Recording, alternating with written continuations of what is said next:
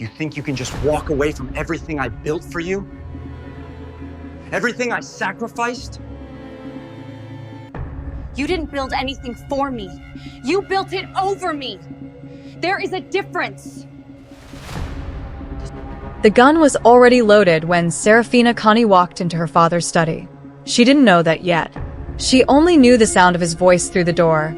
Low, deliberate, the particular register he used when something had already been decided, and the person on the other end of the call was simply receiving orders.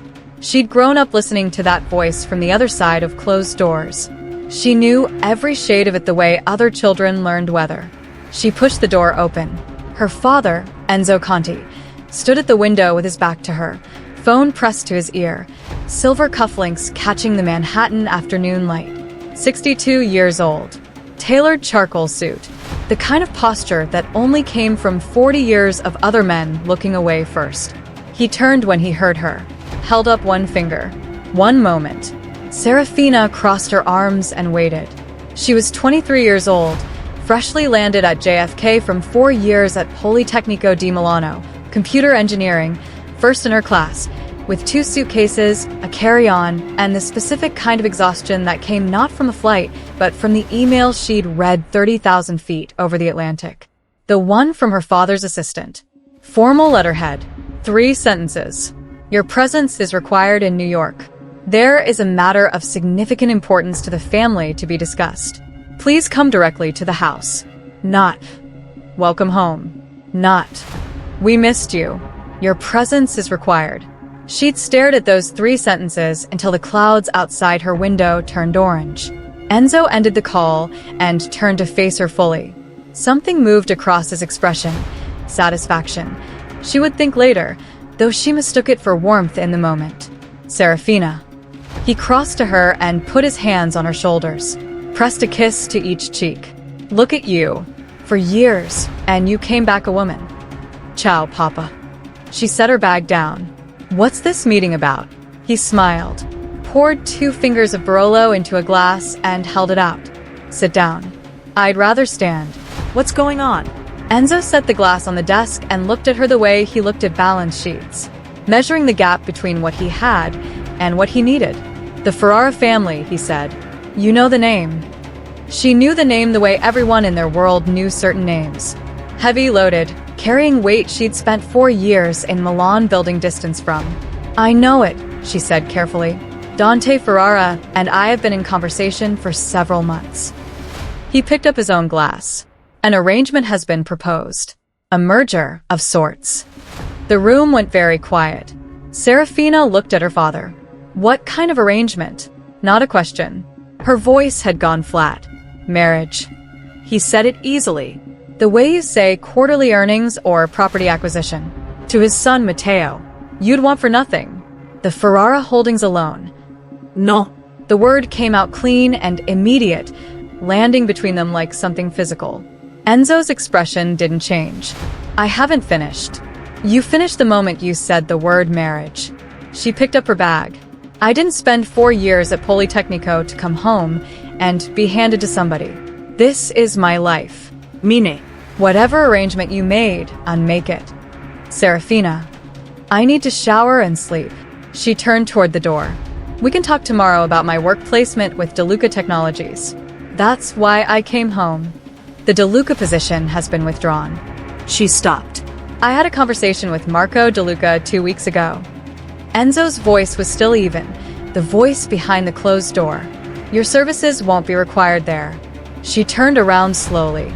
You canceled my job offer. I redirected your future. You. She pressed her fingers to her mouth. Took one breath. How long have you been planning this? Since your mother died. Simple. Unashamed. This family needs an alliance. You are the means by which I secure one. That is not cruelty, Serafina. That is the way our world works. The way it has always worked. Her mother. Lucia Conti, dead 18 months, breast cancer. Gone between one visit and the next. The woman who used to sit on the edge of Serafina's bed in the dark when the nightmares came.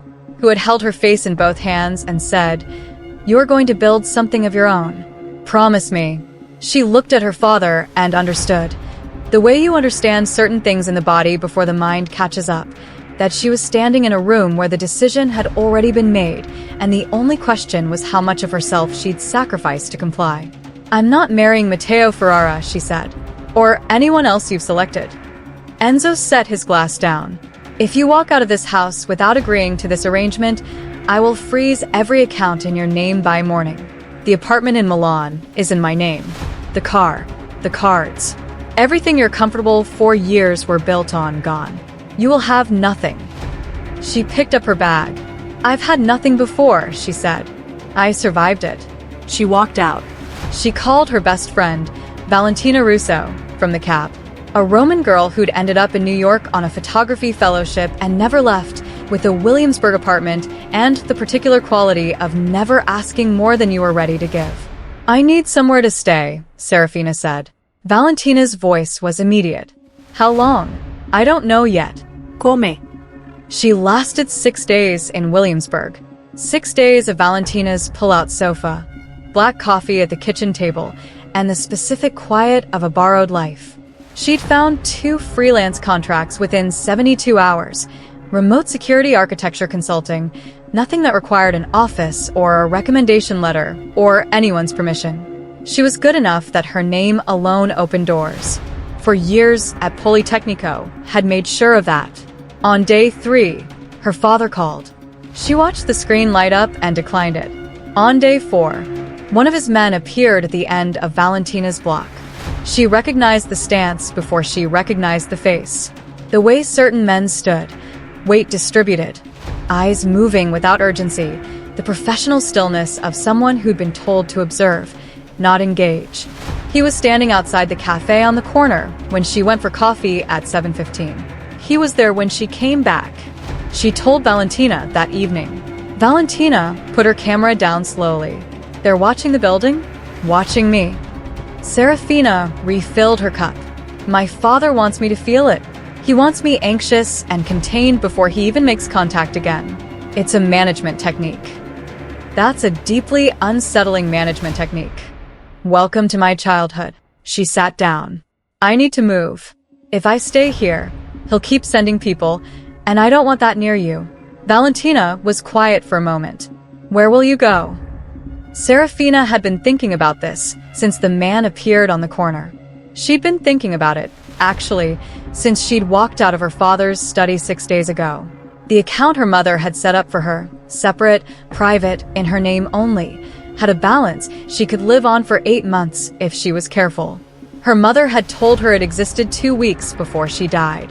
For emergencies, Tesoro. This qualified. Boston, she said. "I know someone at MIT. There's contract work and my father's networks are thinner up there." She left the next morning before the man on the corner had his coffee. Boston in October had the kind of cold that arrived with intention, settled in, and made itself comfortable.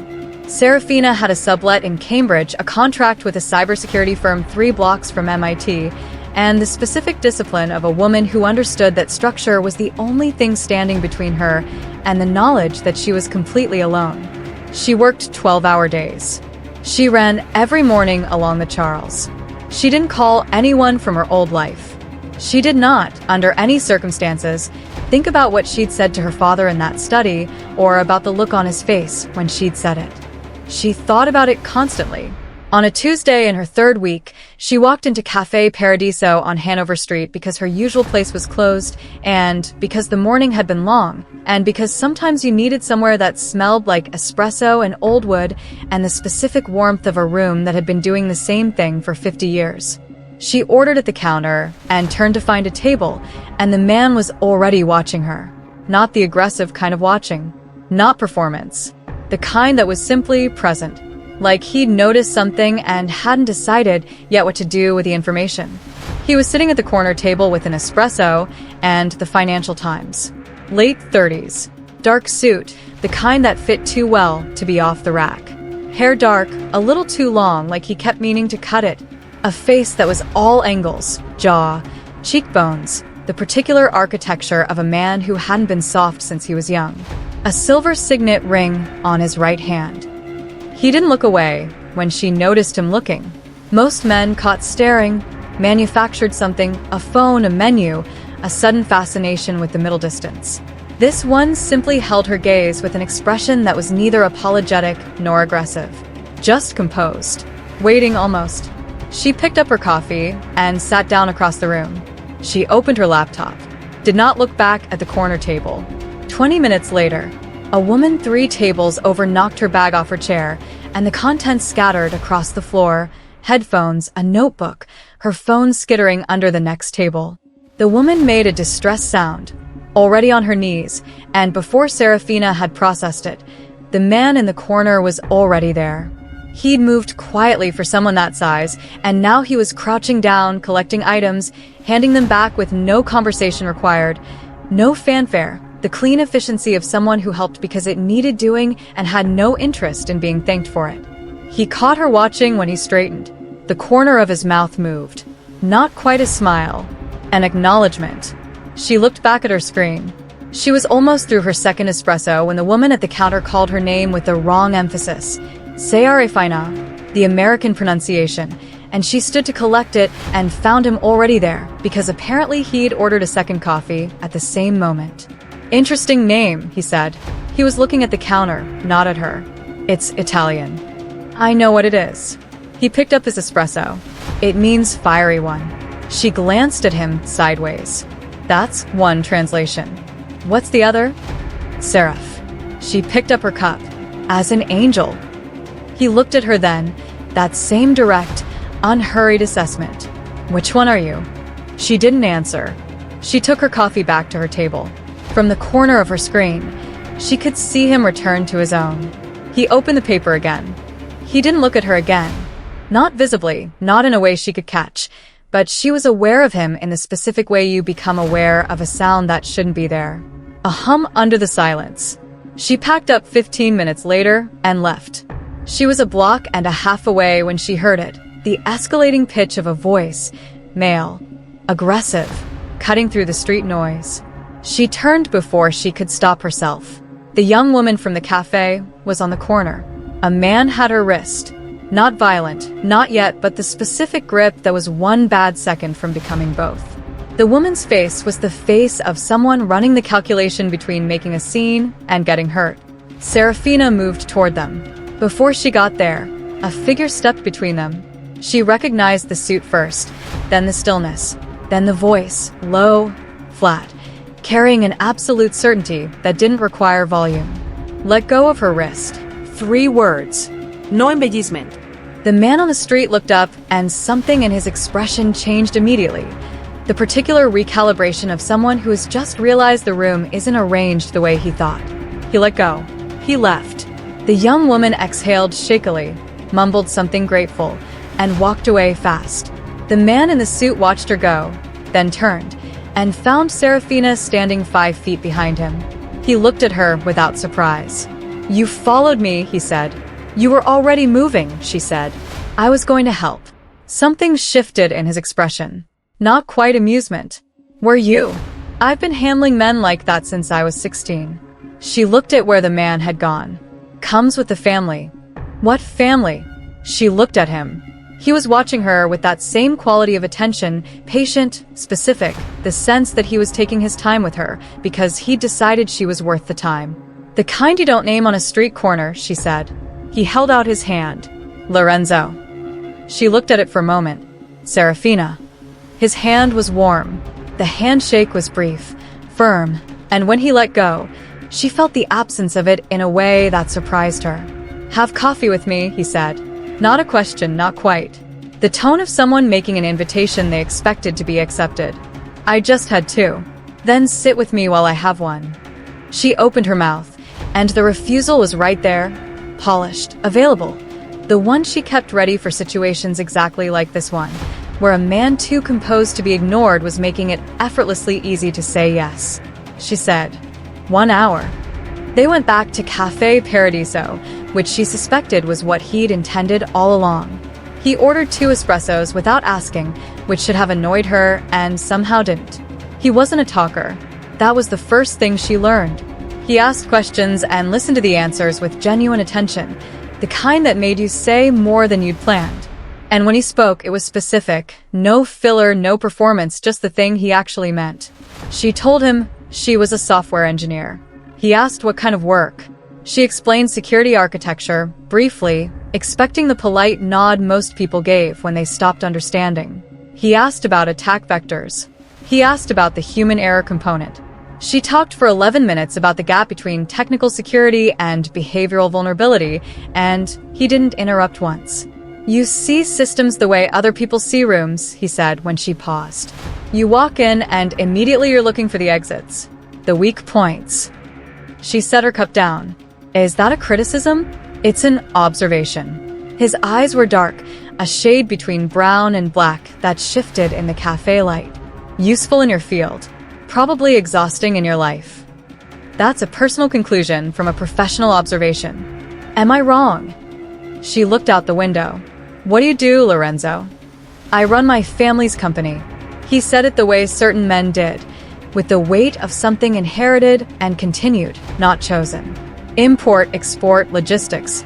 Based in Chicago, but I travel. Boston this week. New York next. She came back to his face. What's in New York? Business. Vague. Accurate. The corner of his mouth moved. What were you running from when you came to Boston? The question arrived without warning, slipped in between the ordinary ones like a key into a lock she hadn't known was showing. She felt it land somewhere in her chest. What makes you think I was running? You move like someone who made a decision fast. His eyes stayed on hers. The way you sat down in here, the specific way you positioned yourself, back to the wall, facing the door. Either you're military, or you learned young that rooms need to be assessed before you settle in them. She was quiet for a moment. My father made a decision about my life, without asking me. I disagreed. What kind of decision? The permanent kind. He nodded once. He didn't press. She had no idea why that made her want to tell him everything. She didn't tell him everything. She told him enough. The study, her father's voice, the word arrangement, the man on the corner of Valentina's Street. She watched his face while she talked. Nothing moved in it. No alarm, no judgment, no the specific pity of someone who couldn't understand the world she was describing. When she finished, he said, "What's his name? Your father." That's a dangerous question. I'm a careful person. Enzo Conti. She watched his face. Nothing moved. Does that name mean something to you? She asked. Most names in our world mean something. He looked at his cup. Drink your espresso. You said 1 hour. She drank it. She stayed too. He was there the next morning, not waiting, sitting at his corner table with a paper, exactly where he'd been the day before, like the day before hadn't happened and he had no particular agenda for the day. But when she came through the door, he looked up immediately, and his face did something small and quiet that she chose not to examine. She sat down across from him. Don't read into this. I'm reading the paper. I needed coffee. This is a cafe. He turned a page. Coffee is available. She ordered. She opened her laptop. He read his paper. They didn't speak for 22 minutes, and it was, inexplicably, one of the more comfortable 22 minutes she'd had since coming back to America. Are you in Boston until Friday? She asked, not looking up from her screen. Saturday now. She pressed her lips together against a smile. Something come up? Change of plans. He turned another page. What are you working on? She told him. He listened. He asked a question that was sharper than most engineers twice her age would ask, and she looked at him over the top of her screen. Where did you study? Harvard. He said it the way people said it when they didn't use it as currency. Just a fact. Business. But I was pre-law for 2 years first. Contract structure, compliance, liability architecture. Systems of a different kind. You think like a lawyer. I try to think like whoever's in the room with me. His eyes found hers. Right now, I'm thinking like a software engineer who is trying not to admit that she is enjoying this. The warmth in her face was immediate and unwelcome. You're very sure of yourself, she said. Not always. He closed the paper and folded it on the table. With you, a little. There's something here that I'm not willing to pretend isn't. The directness of it sat in the air between them, not uncomfortable, just there. She'd spent 4 years in Milan watching men approach her like a game to be won. The right angle, the right line, the engineered moment of vulnerability designed to make her feel seen. This wasn't that. This was a man who decided to simply say what was true and let her do what she wanted with it. It was infuriating. It was the most attractive thing she'd encountered in 4 years. Lorenzo. She kept her voice level. I left New York 3 weeks ago because my father is trying to arrange my marriage to a man I've never met. I have no job, no apartment, 8 months of runway in my mother's emergency account, and a father who has people watching my movements. She looked at him. This is not a moment in my life for something here. I understand that, he said. I'm telling you anyway. She stared at him. Why? He held her gaze. Because you look like someone who's been told what to do her entire life, and I want to make sure at least one person is being honest with you about what's actually happening. She closed her laptop. She looked out the window. Then, dinner. Tonight. She heard the quiet in him before she looked back. That particular stillness of a man who'd expected a fight and had gotten something else entirely and was recalibrating without showing it. Tonight, he said. He took her to Mama Maria in the North End. The restaurant was everything the neighborhood was. Old brick, low ceilings, candles that had been burning in rooms like this for 3 generations. The kind of place that didn't need to announce itself. They ate for 3 hours. She talked about Milan, the architecture, the professors, the specific loneliness of being excellent in a room full of people who assumed her surname opened doors for her. He listened and asked the right questions. He told her about the company, a 100-year-old operation, 3rd generation, the kind of thing that had its own gravity by now, pulling everything in the family toward it whether they wanted it to or not. Did you want it? She asked. He cut into his food without rushing. I wanted to understand it before I took it. I spent 2 years in the Chicago office as nobody, just a logistics coordinator with a different name, learning the machinery from the inside. And then my father had a stroke. He set his fork down briefly. At 47. So the timeline moved up. She looked at him. How old were you? 29. That's young to carry something that size. It was. He picked up his fork again. But there was no one else. My brother wanted nothing to do with it. So, he looked at his plate. You carry what you're handed. Or you run, she said. Or you run, he agreed, and looked up at her. Until you can't anymore. The candle between them moved in the restaurant's warmth. She felt the wine and the hours and the specific intimacy of a conversation that had gone somewhere she hadn't entirely planned. My mother told me to build something of my own, she said, before she died. It was practically the last thing she said to me. She turned her wine glass by the stem. I think she was telling me to get out. She married into my father's world and spent 20 years disappearing into it, piece by piece. She didn't want that for me. Lorenzo was watching her. And now your father is trying to hand you to another family. As a business asset, yes. What's Matteo Ferrara like? She looked up. You know that name. Chicago and New York aren't as far apart as people think. His voice was careful, neutral. In our world. She held his gaze. Who are you exactly? Lorenzo Marchetti. He said it simply. My father was Giacomo Marchetti. The air in the room rearranged itself. Serafina set her wine glass down. She knew the Marchetti name the way she knew weather. The way everyone in their world knew it. Not spoken loudly, just carried, like a frequency beneath the ordinary range of sound. The Marchetti family, she said slowly, has been the Ferrara family's primary rival in the Northeast for 15 years. Give or take. She stared at him. And you knew who I was. I knew your name when I heard it in the cafe. No apology in his voice. No deflection. Just the flat weight of a man being honest with her. Enzo Conti's daughter. Yes. How long have you? I didn't know you'd be here. I didn't follow you. I was in Boston for a meeting and I walked into that cafe because I needed coffee. He held her gaze without flinching. What happened after that was not a strategy, Serafina. None of it was. But you kept the information. I kept it.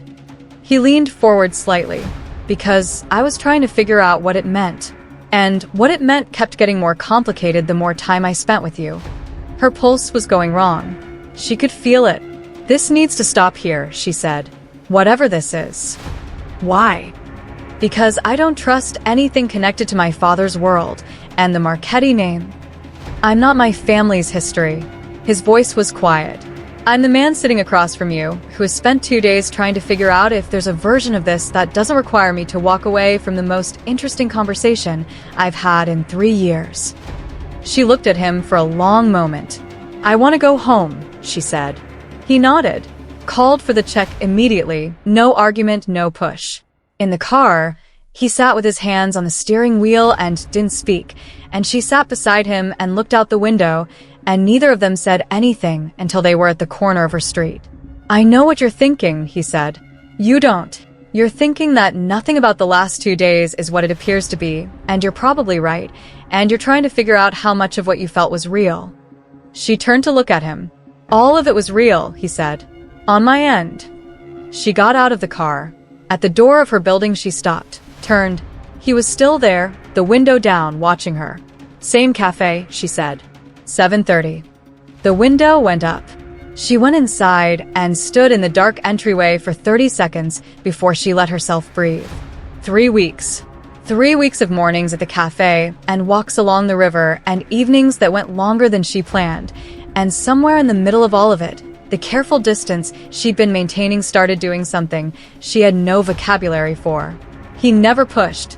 That was the thing that kept catching her off guard. She'd expected it. The slow escalation, the moment when patience became pressure, when interest became entitlement.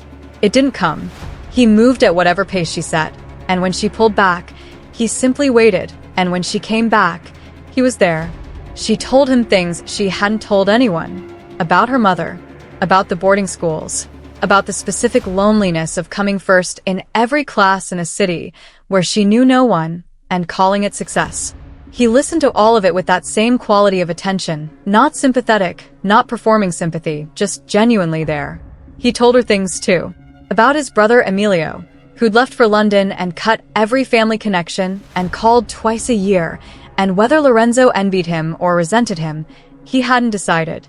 About the parts of the family business he was trying to quietly, carefully change, and about the people who noticed and opposed it. About his father, whom he'd loved and feared in equal measure, and hadn't known how to grieve when he died. On a Thursday evening, 3 weeks in, they were walking along the river when she stopped and turned to face him. She kissed him. Not impulsively. She'd thought about it, specifically for 4 days, and had decided that thinking about it any longer was its own kind of cowardice. She simply put her hands on his chest and pressed her mouth to his.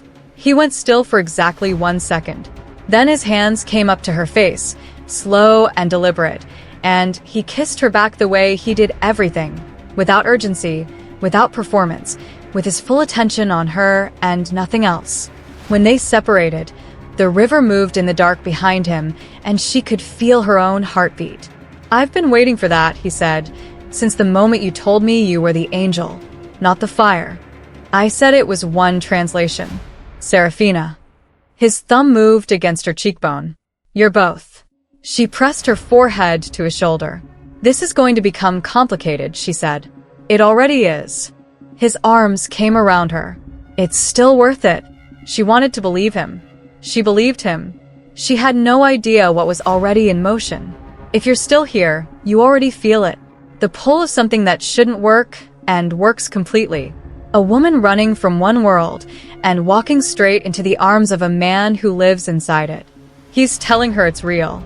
She's starting to believe it. Stay with us. Subscribe. Because in stories like this one, the moment you let yourself believe is exactly when everything breaks. The call came on a Saturday morning. Serafina was at Lorenzo's apartment. A clean, spare place in Back Bay that looked the way he moved. Everything deliberate. Nothing without purpose. Reading on the couch with his arm around her and Bruno, his German shepherd, asleep across both their feet. She'd been there 3 nights that week. She'd stopped counting when it became a question. His phone buzzed on the coffee table. He glanced at it. Something changed in his face, a small, controlled shift, the kind she'd learned to catch. He picked it up. 1 minute. He stood and moved to the window. She watched him, not the screen. His voice dropped. She caught fragments. Not now, Emilio. And then lower, flatter, the register she associated with the parts of his life he'd been careful to keep separate from the past 3 weeks. If they know she's with me. He stopped. Glanced back at her. She was reading. Or appearing to. He moved further from the window. When he came back, he sat down and picked up his coffee and was quiet for a moment. Problem, she asked. Nothing I can't handle. He reached over and tucked her hair behind her ear. His fingers stayed at her jaw for a moment. She let it go. She thought about it for the rest of the day. On Monday, she called Valentina. I need you to do something for me, she said. And I need you to not ask too many questions. Valentina was quiet for 1 second. I'm going to ask exactly one question. Phoenix. Is this about the man? It's about safety. Those are not mutually exclusive. Valentina, what do you need? She needed information on the Marchetti family, not the public record. The real record. The kind of information that lived in federal case files, in journalist archives, in the spaces between the official narrative. Valentina had a contact at the Globe, an investigative journalist who covered organized crime in New England. She'd profiled the Marchetti family 3 years ago. The journalist's name was Daniela Sorrentino. She met Serafina for coffee on Tuesday. Daniela was 50, sharp, with the compact energy of someone who'd spent decades sitting across from dangerous people and had never once forgotten they were dangerous. She ordered black coffee, looked at Serafina across the table, and said, "You're Enzo Conti's daughter. I know what that means in this city. It means you're either here to threaten me, warn me, or you actually want information." The last one. Daniela studied her. Why? Because I'm involved with someone and I need to know if I'm being played. Something shifted in Daniela's expression, a recalibration, a decision. She leaned back. Lorenzo Marchetti. Serafina's stomach dropped. You already know. I know everything that moves in this city. People who do what I do either know everything or they don't survive the knowing. She wrapped both hands around her cup. Tell me what you think you know. Serafina laid it out. The cafe, the connection, the 3 weeks. What he'd told her about the business, about the family, about his father. What she'd felt, and what she was afraid of. Daniela listened without interrupting. When Serafina finished, she was quiet for a long moment. The Marchetti operation, she said finally, is what it used to be, and what it's trying not to be anymore. Lorenzo's father Giacomo built it on shipping port operations. Import-export as cover for everything you'd expect. 40 years of that. Relationships with every family from here to Miami. She paused. Lorenzo took it over at 29 and has spent 6 years trying to walk it back. Legitimize the holdings. Move the money into clean businesses. Distance the family name from the operations his father built. Successfully. Partially. Daniela's expression didn't give anything away. There are people inside the family who don't want the change. Old money operators who've been with the Marchettis for 20 years and have no interest in going clean. Lorenzo's managing a civil war from the inside while trying to appear unified from the outside. Serafina let that settle. And the Conti family. What's the relationship? Your father and Giacomo Marchetti were rivals for 30 years. Territory, port access, East Coast operations.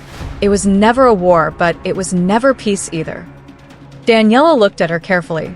3 months ago, there were conversations about a merger of interests, a formal alignment between the Conti and Marchetti families. The world went very quiet. What kind of alignment? Serafina said. The usual kind. Daniela's voice was even. In our world, the cleanest way to merge 2 families is a marriage. Serafina set her cup down. Who? She said. Her voice didn't sound like hers. That I don't know.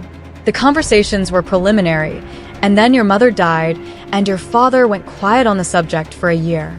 Daniela paused. The conversations have apparently resumed in the last few months. Serafina sat in the cafe on Boylston Street while the morning moved around her and felt the particular cold that moved through you when something you'd half known crystallized into something you couldn't look away from. She thought about his face in the cafe the first day, the way he'd already known her name. She thought about his voice at the window, if they know she's with me. She thought about 3 weeks of evenings and the river, and the way he'd kissed her on the waterfront like she was the only person in his line of sight. She thanked Daniela. She left. She walked for 40 minutes without going anywhere. Then she called him. "Can you come over?" she said. "I need to talk to you." He was there in 20 minutes. She let him in and didn't offer him anything. She stood in the middle of her living room and looked at him and said, "Tell me about the Marchetti Conti conversations." He was very still. "Tell me," she said again, "why my father wants me married to a man in your world, and who that man is, and whether or not you already know the answers to those questions." He sat down. Not in the way men sat when they were retreating, in the way a man sat when he was deciding to stay in something uncomfortable instead of running from it. "I knew your father was arranging a marriage for you," he said. "Not the name. Not until you said it in the cafe." "Matteo Ferrara." "Yes." "The Ferraras are the Marchetti's primary rival." "Yes." "So, if Enzo Conti's daughter marries into the Ferrara family, it strengthens an alliance that works against your interests." He didn't answer, which was its own answer. "Lorenzo." Her voice cracked, just barely. She locked it back down. "Did you come to Boston looking for me?" No. His eyes stayed on hers. "I was in Boston for meetings. I walked into that cafe because it was there. What happened after? But you kept the information." "I kept it." "For how long?" 3 days. He leaned forward, arms on his knees. "I kept it for 3 days and spent every one of them trying to decide what to do with it. Whether to tell you, whether to walk away, whether what I felt was separate enough from the situation to be trusted." "And what did you decide?" "I decided I couldn't walk away." His voice was quieter now. "I decided that what I felt for you wasn't strategy, and that you deserved someone being honest with you about what was happening." He held her gaze. "So, I'm being honest with you." Now. "About all of it." She looked at him for a long moment. "You being with me," she said carefully, "disrupts the potential Conti-Ferrara alliance." "Yes." It could also be read as the Marchetti family acquiring a strategic position by Serafina. His voice was sharp. "Don't finish that sentence." "Why not? It's a logical conclusion." He stood up, crossed the room, put his hands on her face.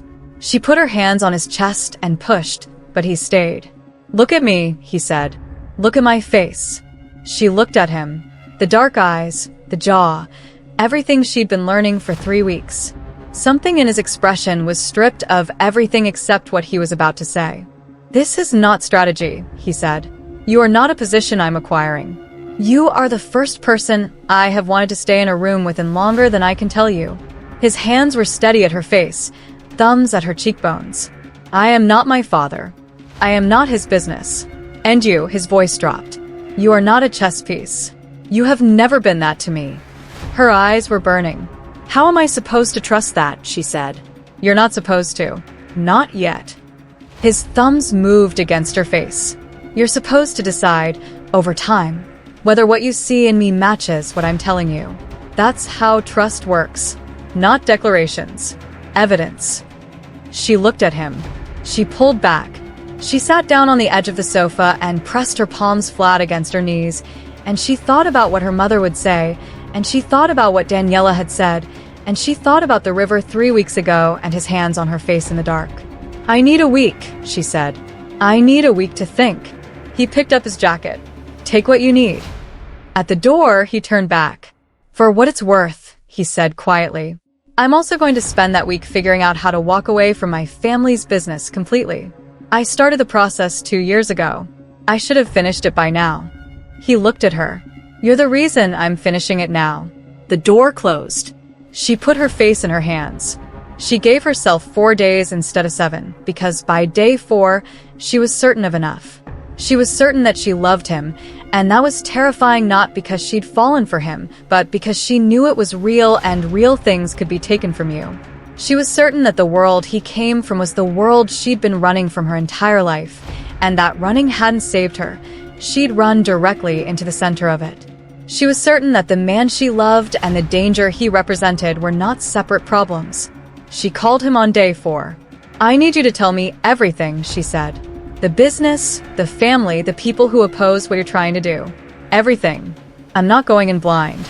A pause. Then, where are you? Home. I'll come. He came. He brought coffee, and he sat across from her at her kitchen table, and he told her everything. It took 4 hours. She asked questions that made him pause, specific, technical questions about financial structure and operations and the liability exposure of family members in a federal investigation. He answered all of them. When she asked about the men inside his family who were working against the legitimization effort, he named them. The last name he named was one she recognized. Salvatore Ricci, she said slowly. My father's oldest associate. He's been with the Marchetti family for 35 years. He has no interest in the business becoming legitimate because legitimate means traceable, and traceable means he goes to prison. Lorenzo's voice was flat. He's been building a quiet coalition inside the family for 2 years. People who would rather operate the way my father did. What does Ricci want? He wants the business to go back to what it was. He looked at his coffee. And he wants me out of the way to make that happen. Serafina stared at him. He wants to remove you. He's been patient. Lorenzo's jaw tightened. He's also been making alliances I don't fully have visibility on yet. She sat with that. Then, what about my father? He was quiet for a moment. Your father and Ricci have been in communication. The cold moved through her again. For how long? A few months. Ricci approached him. I don't know the details. He looked at her directly. I know my intel is incomplete, which is why I didn't bring it to you sooner. I didn't want to alarm you without something solid. Lorenzo. She kept her voice even. What are you not telling me? He reached across the table and put his hand over hers. Whatever your father and Ricci are planning, I think it involves the family business. And I think it's moving faster than I realized. She looked at his hand over hers. Then we need to move faster too, she said. The email arrived at 11:17 on a Tuesday night. Serafina was at her laptop working through a freelance project when it came in, anonymous sender, scrambled headers, the specific kind of routing that told her immediately someone technical had sent it and someone who didn't want to be found. The message was 2 paragraphs. She read it once, read it again, put both hands flat on the desk and breathed. The email contained a scanned document, an agreement between Salvatore Ricci and Enzo Conti, dated 6 weeks ago. 2 clauses mattered. The first, Ricci would take operational control of the Marchetti family business in the event of Lorenzo Marchetti's removal, with Enzo Conti receiving a 30% stake in the port operations in exchange for facilitating that removal. The second, Serafina Conti's marriage to Ricci's son, Fabrizio, as a binding seal on the arrangement, not to Matteo Ferrara as originally proposed, but to Fabrizio Ricci. The Ferrara arrangement had been a misdirection. Her father had been playing both sides. The plan wasn't to give her to the Ferraras. The plan was to give her to the man helping dismantle the company of the man she loved, and use her marriage as the contract that made it permanent. She called Lorenzo. He answered on the first ring. It's midnight. Check your secure email, she said. Now. The silence on the line stretched. She heard the sound of a laptop opening. His breathing changed. When did you get this? Quiet. Careful. 20 minutes ago. Serafina. His voice was controlled in a way that cost him something. I need you to pack a bag. You're not staying there tonight. I'm not running. You're not running. You're being strategically relocated while I figure out how contained this is. A pause. Please. Pack a bag. She packed a bag. Stay with us. Because if you think you know where this is going, you don't. He has the woman he loves and an empire underneath him that somebody is trying to steal. She has the evidence, the skills, and a father who just proved he'll use her as currency in any deal that benefits him. She's not running anymore. Neither is he. Subscribe. Because the people who stay for this kind of story already understand that some wars aren't won with guns. They're won by the person who figures out the architecture of the attack before the attack lands. She'd been in Lorenzo's apartment for 3 days when she finally said it out loud. I'm going to access my father's network. Lorenzo looked up from across the table. Security architecture is what I do. She kept her voice matter of fact. I've watched his systems for years, not intentionally, but when you grow up in a house with that level of operational security, you understand the structure whether you want to or not. She turned her laptop toward him. I can get in. And when I'm in, I can pull everything Ricci and my father have been building together. Financial records, communications, the full scope of the arrangement. And do what with it? She held his gaze. I know a federal prosecutor. Not personally, but Daniela Sorrentino does. The journalist. She paused. The right file, in the right hands, destroys the Ricci-Conti arrangement before it can be executed. Lorenzo was quiet for a long moment. If you do this, he said carefully, your father goes to prison. She looked out the window. The Boston skyline caught the early morning light and held it. My mother spent 20 years in that man's house, she said, disappearing piece by piece into a world she never chose. She spent the last 2 years of her life carving out a quiet exit for me because she knew what he was capable of. Her voice stayed even. He offered me to Matteo Ferrara like I was a line item. Now I find out the Ferrara proposal was a lie and the real arrangement is with Ricci's family. She turned back to Lorenzo. I'm done protecting him. Lorenzo looked at her for a long moment. What you're about to do, he said, is extraordinary. It's computer engineering. It's also courage. He reached across the table and covered her hand with his. What do you need from me? Access to your secure server for the transfer. And she hesitated. There are Marchetti family files in my father's records. Anything on your company, your operations. She held his gaze. Do you trust me to handle those? He was quiet for 3 seconds. Yes, he said. She worked for 9 hours straight. Lorenzo sat across from her and handled his own work and brought her coffee and didn't interrupt, except once, when she pushed back from the table and pressed both palms to her eyes, and he came around and put his hands on her shoulders and said nothing. She found everything she needed in 4 hours. The rest of the time she spent organizing it, the financial architecture of the Ricci-Conti arrangement, the communication chains, the paper trail of the proposed takeover, the agreements that implicated both men in federal racketeering. The Marchetti files, when she found them, were extensive. She read through them slowly. Then she separated them into 2 folders. The first she labeled with Lorenzo's name and encrypted with a key only he could open. She pushed it to his secure server. The second she deleted. What was in the second folder? He asked when she told him. Old operations. Your father's era. Nothing that touches what you've been building in the last 6 years. She closed the laptop. Nothing that would hold up as current. He looked at her for a long moment. You protected me. I protected the man I know. She met his eyes. Not the family name. You. He crossed the room and kissed her. Not urgently, not with the desperation of relief, but slowly, deliberately, his hands cupping her face with the care of someone holding something precious. When he pulled back, his forehead was against hers. I love you, he said. Simple. Absolute. She closed her eyes. Lorenzo. I know the timing is. I love you too. The words came out before she decided to say them, which meant they were true. I've known for weeks. I was afraid of it. He held her face. Don't be afraid of this. Okay? Not of this. She pressed her mouth to his collarbone. Okay. She meant it in the moment. The moment didn't last. Ricci moved on a Thursday. She found out not through her phone or Lorenzo's, but through the sound of voices in the lobby of the apartment building. Raised, urgent, the specific cadence of a problem arriving with speed. Lorenzo was in the kitchen. He heard it before she did, and was already moving. 2 of his men came in fast, faces tight. Ricci's people took Emilio, the first one said. Lorenzo went very still, the kind of still that preceded something irreversible. When? 40 minutes ago, outside his London flat. They must have had someone over there for weeks. Serafina stood in the doorway between the kitchen and the hall. Lorenzo's back was to her, shoulders set, something running through him that she could feel from across the room. What do they want? His voice was quiet. The quieter he got, she'd learned, the more dangerous. A meeting.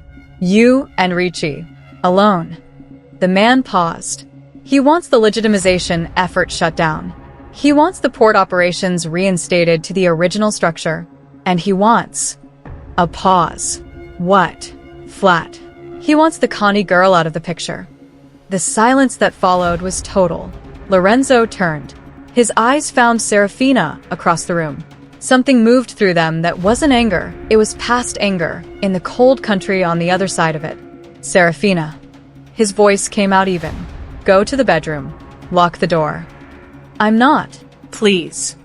The word cracked slightly at the edges. Just for a few minutes, let me think. She went. She sat on the edge of the bed and pressed her ear to the door and listened. The voices dropped too low to follow. After 12 minutes, she heard the front door open and close. Then quiet. Then Lorenzo's footsteps in the hall. The door opened. He stood in the doorway. His jacket was on. He was already somewhere else in his head, the expression of a man who had made a decision and was now moving through the world it required. I'm going to meet Ricci, he said. Alone, my men will be positioned. But the meeting has to appear to be alone, or he'll hurt Emilio. He crossed to her, both hands on her face, his eyes on hers with an intensity that made her chest ache. I need you to do something for me. What? Whatever you've compiled on Ricci and your father, send it. His thumbs moved against her cheeks. Send it tonight. Don't wait. That was the plan. Daniela's contact is ready. Send it now. His eyes stayed on hers. Before the meeting, whatever happens with Ricci, I want those files moving before I walk into that room. She understood what he was telling her. Lorenzo, I'm coming back. Firm. Like a promise he was making himself as much as her. I am coming back to you. But I want the files moving because it's the right call tactically and also because he stopped. Started again. Because I want you to have done what you set out to do regardless of what happens tonight. She put her hands over his. I'll send them, she said. And then I'm going to sit here and wait for you to come back. He kissed her, hard and certain, both hands still framing her face. Good, he said. He let go. He was at the door when she said, Lorenzo. He turned. Come back, she said. The corner of his mouth moved. Not quite a smile, but close. Finch respiro, he said, while I breathe. He left. She sent the files 17 minutes after he walked out the door. Then she opened her laptop and started working. Not on the freelance project, on the meeting. She pulled everything she had on Ricci's operation, cross-referenced it with what she'd found in her father's network, and started building a picture of the leverage points, the places where Ricci's position was weakest, where the architecture of his arrangement had gaps. 2 hours in, her father called. She looked at the screen. She answered. Serafina. His voice was the study voice, the closed-door voice. I know what you've done. Good, she said. A pause. He hadn't expected that. You're going to destroy everything I've built. You built it on me, Papa. She kept her voice level. You put me in the foundation. That's not my fault. The files you sent will take years to process through the federal system. Ricci will have time to. He won't. She looked at her screen. I sent a secondary package directly to the Globe. Daniela Sorrentino. It publishes in the morning. Another pause. Longer. You don't understand what you've done. I understand exactly what I've done. She closed her laptop. I built something of my own, just like Mama asked me to. She ended the call. The room was very quiet. Her phone buzzed immediately. Unknown number. She answered. Miss Conti. A voice she didn't recognize. Male, middle-aged, carrying the particular professional neutrality of someone accustomed to delivering significant information without inflection. My name is Agent Barone. Federal Bureau. We've received your package. It was almost midnight when the call from Lorenzo's man came. He's out, the voice said. Safe. Moving now. She exhaled for what felt like the first time in 4 hours. He came through the door at 12:40. His jacket was gone, shirt untucked, a cut above his left eyebrow that was going to bruise dark by morning. Bruno was at his feet before he'd taken 3 steps. Serafina stood in the hallway. He looked at her across the length of the apartment, and something in his face went through the same change it always did when he looked at her, the controlled expression loosening slightly, not softening exactly. but becoming more himself. "I'm all right," he said, before she could ask. "I can see that." She crossed to him. Her fingers found his face, careful around the cut. What happened? Ricci didn't enjoy the negotiation. His hands found her waist. "Emilio is on a flight from London. He'll be here by morning. And Ricci is going to have a very uncomfortable morning when the newspapers arrive." His eyes stayed on hers. "Did you?" "Daniela publishes at 6 a.m. She looked at the cut. "We need to clean this." "In a minute." He didn't move. "Serafina, what you did tonight. The files, the prosecutor, the paper, all of it while he stopped. His hands tightened slightly at her waist. "You built the exit while I was in that room. We built it together. You executed it." Something in his expression was unguarded in a way she rarely saw. "I need you to know that when I walked into that meeting, the thing that kept me level," he exhaled, "was knowing you were here." She pressed her mouth to the uninjured side of his face, then his jaw, then the corner of his mouth. "Come here," she said.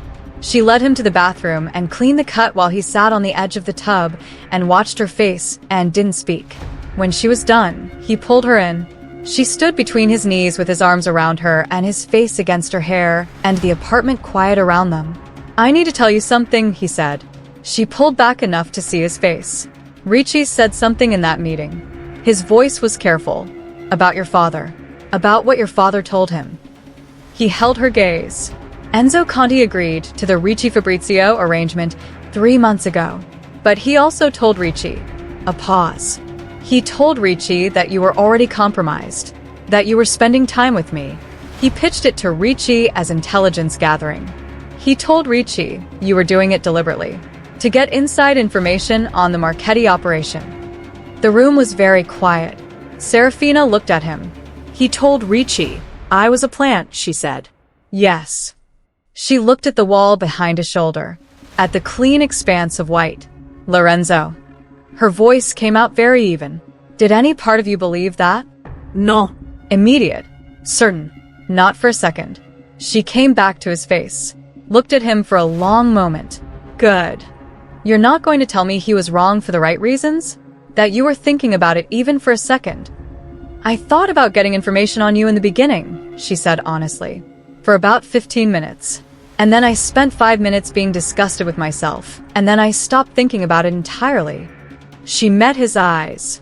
"Because it was never why I stayed. You know that." "I know that." "Good." She kissed him briefly, clean and final. "What happened to Ricci?" "He's in FBI custody. They picked him up an hour ago." Lorenzo's hand moved through her hair. "Which means Daniela's piece in the morning is going to land on a story that's already breaking. Your files, my testimony, the federal case."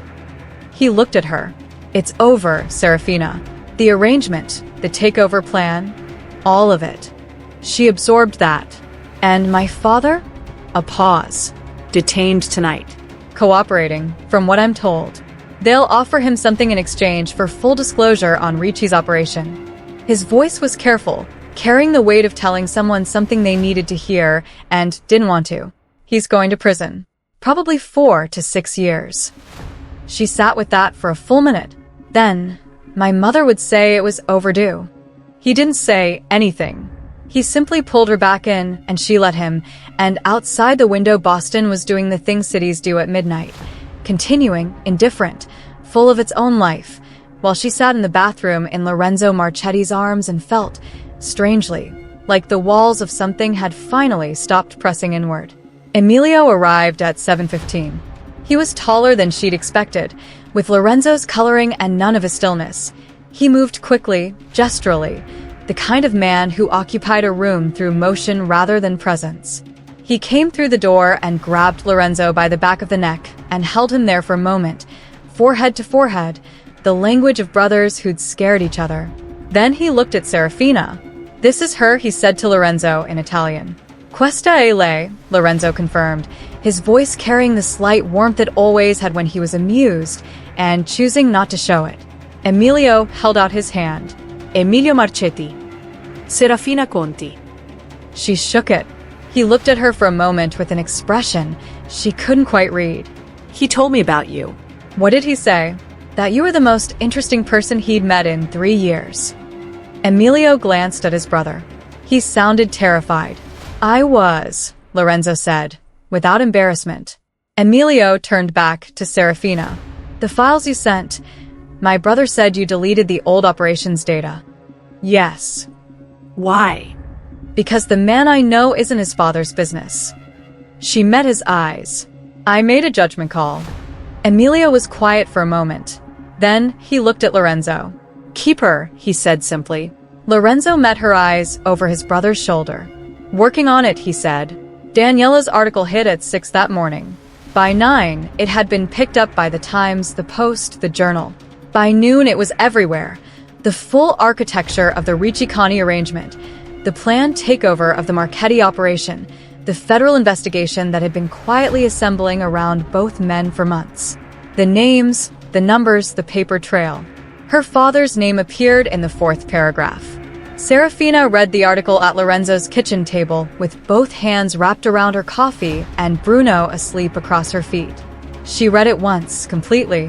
Then she set her phone face down on the table. Lorenzo sat across from her. How do you feel? He asked. She thought about it honestly. Like I stopped something I should have stopped years ago. She looked at her cup. And like it cost something I don't have a word for yet. He's still your father. He was my father, she said. He stopped being my father the day he sat across from me in that study and told me my future was already arranged. She looked up. He stopped being my father when he had people watching Valentina's building. When he canceled the job I'd worked 4 years for. She shook her head. He was never really my father. He was managing me. I just didn't understand that until I stopped being manageable. Lorenzo was quiet. My mother knew, she said. That's why she left me the account. That's why she sent me to Milan at 18. She was giving me runway. A pause. She just didn't have enough runway herself. She pressed her palm flat against the table. I want to build something, she said. A real company. Security architecture, consulting, eventually software products. I have a business plan I've been running through in my head for 2 years. She looked at him. I want to do it in New York. In a city that knows my name and still has to watch me build something they can't take from me. She held his gaze. I'm done running. He looked at her for a long moment. I have a building in Manhattan, he said. Castelli Group. That's the legitimate holding company, 6 years old, and entirely clean. We have 3 floors in a midtown building. The 4th is empty. The corner of his mouth moved. Reasonable rent. Excellent building management. She looked at him. Are you offering me office space? I'm offering you proximity. He reached across the table and covered her hand. And yes, office space. She turned her hand over and held his. Lorenzo Marchetti, she said. Serafina Conti. If this becomes my professional base and my personal life in the same building, it becomes more efficient. It becomes a conflict of interest. The conflict is already here. His thumb moved against her knuckles. We might as well be efficient about it. She laughed. A real one. He smiled. The full version. The one that changed the whole architecture of his face. Rare and specific and entirely for her. She went back to New York on a Thursday. Valentina met her at Penn Station with coffee and the expression of someone who had about 300 questions and was choosing, for now, to ask 0 of them. They walked to a diner in Chelsea and sat in a booth by the window and ate eggs and didn't talk for the first 10 minutes. Then Valentina set down her fork. Start from the beginning. Serafina started from the beginning. She was 45 minutes in when Valentina held up a hand. Wait. The man in the cafe in Boston. The man you thought was just a man. Was the man your father's world was colliding with. Yes. And instead of running, I ran initially. And then I stopped running. Serafina wrapped both hands around her mug. And I built something instead. Valentina looked at her for a long moment. You're different. I feel different. Not just because of him. No. She looked out the window at the Chelsea street, at the ordinary Thursday morning, people in coats, a dog pulling its owner toward a pretzel cart. Because I stopped deciding that distance was the same as safety. Because I stopped treating every person I cared about like a liability. She came back to Valentina. I should have moved to New York 2 years ago. I should have come home after my mother died and dealt with everything. Instead, I stayed in Milan and called it independence. You were 21. I was afraid. She met her friend's eyes. I'm not afraid now. Valentina was quiet for a moment. Then, carefully, does he make you feel safe? Serafina thought about the river in Boston, the bathroom floor, and his hands on her face in the dark. The way he'd said Finch Respiro at the door, and meant it. Yes, she said, but not in the way I used to need. Not the hiding kind. She looked at her coffee. The other kind, the one where you're safe because you're not alone. Valentina reached across the table and held her hand. Then that's something, she said. It's everything, Serafina said. She signed the lease on the 4th floor office on a Monday. The building was clean glass and old steel, the kind of hybrid that only worked in Manhattan where nothing had to explain itself. Her name went on the door. Connie Systems. She stood in the empty office on the first day and looked at the city through the floor-to-ceiling windows and felt something arrive in her chest that she recognized, finally, as belonging. Lorenzo appeared in the doorway at noon with espresso and no particular expression. It looks like you, he said. Empty. Potential. He set the coffee on the windowsill beside her. Lots of exits and no furniture. Very you. She knocked his shoulder with hers. I'm having it furnished Thursday. She looked at the city. I already have 2 clients. Word moved fast once Daniela's article cleared my name from the Ricci Conti arrangement. 3 people called me about security contracts before the week was out. Of course they did. He sounded neither surprised nor particularly impressed, the way he never was about her competence. Just matter-of-fact about it, the same way he was matter-of-fact about everything he considered to be true. You're extraordinary at what you do. She looked at him sideways. You've never seen my work. I've watched you think about your work. He picked up his own coffee. Same thing. She felt the color rise in her face. She looked back at the city. Lorenzo. What are you doing with the business? All of it. The remaining legacy operations, the port connections, all of it. Emilio is handling the wind down from London. Most of the legacy operations were tied to Ricci's network anyway. Those are federal property now. He looked at the glass.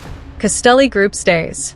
3 floors of legitimate holdings, technology investments, logistics consulting. Carolina Marchetti, my cousin, she's taking over export-import. She's better at it than I was. A pause. I'm moving into the tech division full-time. It's where most of the new investment has been going for 4 years anyway. He glanced at her. Cleaner. Cleaner, she agreed. He turned to face her. His hand found her waist, pulling her sideways, and she leaned into it without thinking about it.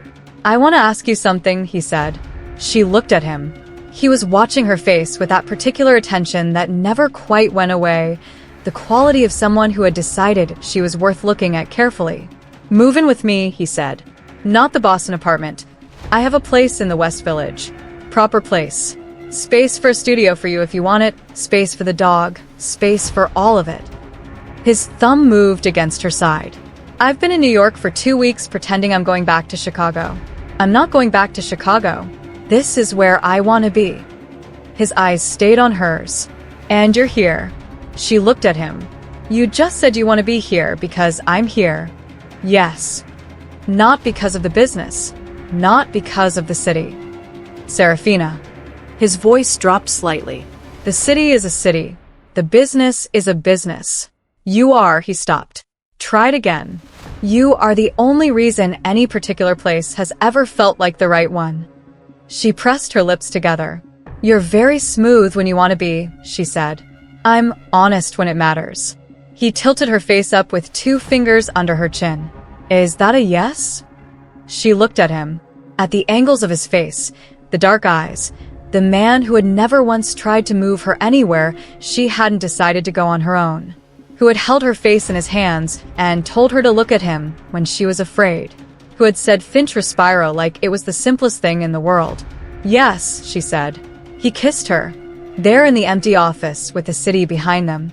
She put her hands on his chest and kissed him back without reservation, without the careful management of proximity she'd practiced for 23 years.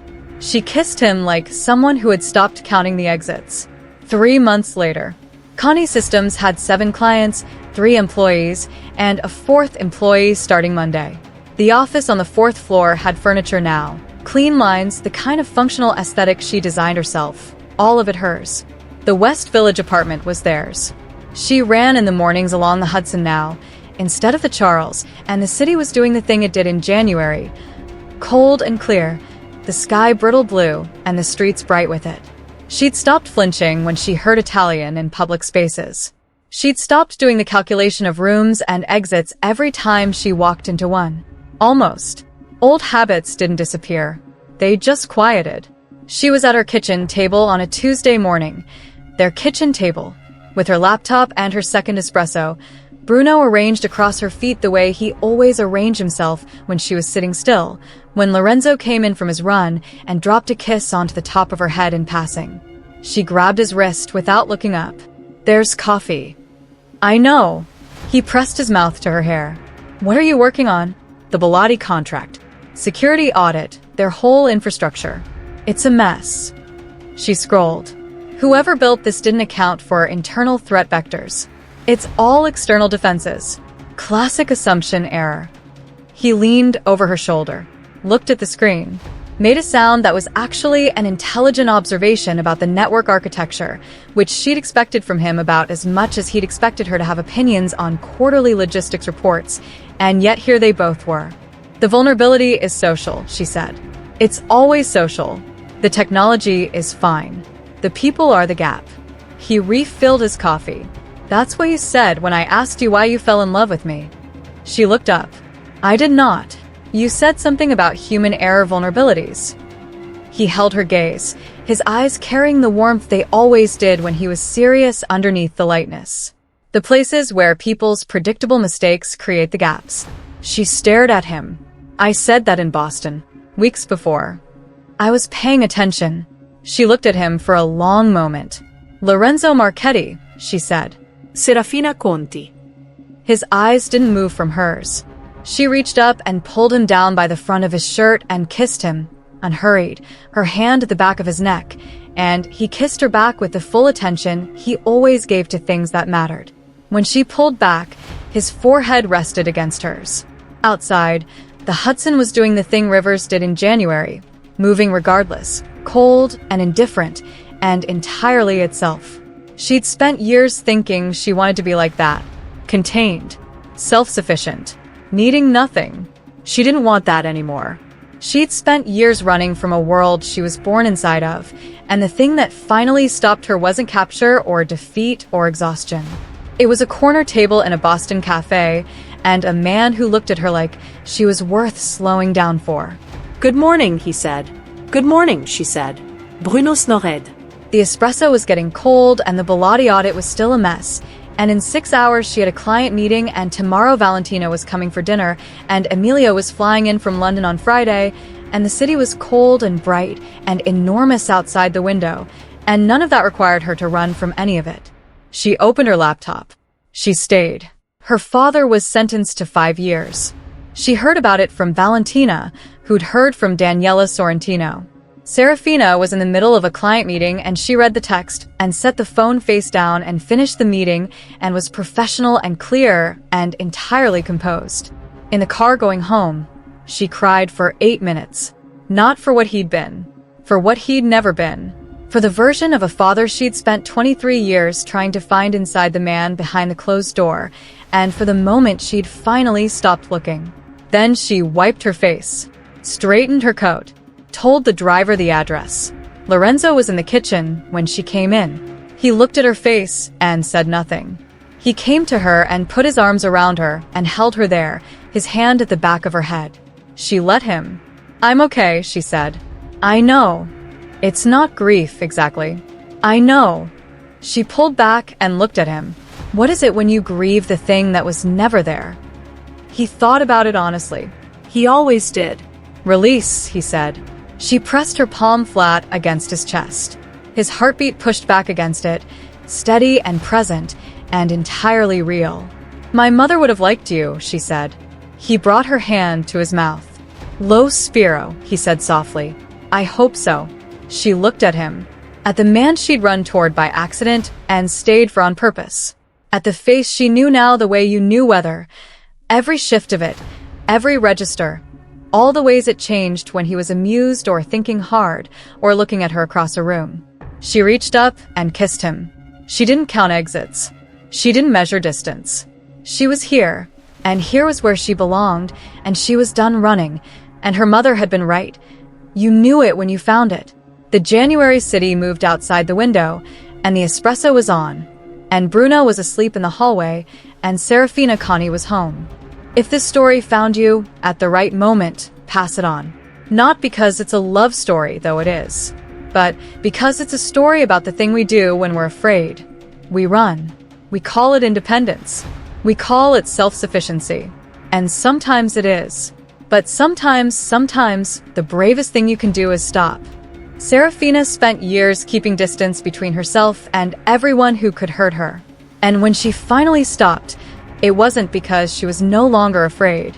It was because she decided love was worth the risk that came with it. My question for you, if you were standing in Serafina's place, having sent the files, having watched your father arrested, having a man who loved you waiting in a West Village apartment, would you have gone back? Or would you have gotten on the plane? Tell me in the comments. I read every single one. Subscribe, because the people who stay for stories like this understand that sometimes the most dangerous choice isn't the one that risks your life. It's the one that risks your heart. And that's the one worth making.